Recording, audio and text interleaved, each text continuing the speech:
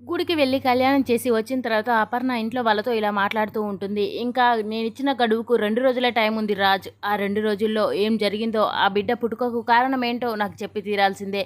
ఇంకా కాదు, కూడదు అని చెప్పేసి అన్నావు, ఇంకా మాటలు మారుస్తూ ఉన్నావు అంటే ఇంకా కొడుకువని కూడా చూడకుండా నిర్దాక్షిణ్యంగా బయటికి గెంటి వేస్తాను అని చెప్పేసి చెబుతూ ఉంటుంది అపర్ణ. అపర్ణ అలా చెప్పడం చూసేసి ఇంకా కావ్య అలాగే చూస్తూ ఉండిపోతుంది. అక్కడ ఉన్న చిట్టి, సుభాష్ కూడా షాక్తో అలా చూస్తూ ఉంటారు. రాజ్ మాత్రం ఏం మాట్లాడకుండా అలాగే చూస్తూ ఉండిపోతాడు. నేను తీసుకున్న నిర్ణయానికి ఎవరైనా అడ్డు వచ్చి కాదు, కూడదు అని చెప్పేసి అన్నారే అనుకో, ఇంకా నా శవాన్ని చూస్తారు అని చెప్పేసి అంటూ ఉంటుంది అపర్ణ. ఆ మాటలు విన్న రాజు అలాగే చూస్తూ ఉండిపోతాడు. ఇంకా అపర్ణ మాత్రం రగిలిపోతూ నా శవం లేవడం మాత్రం ఖాయం అని చెప్పేసి అంటూ ఉంటుంది.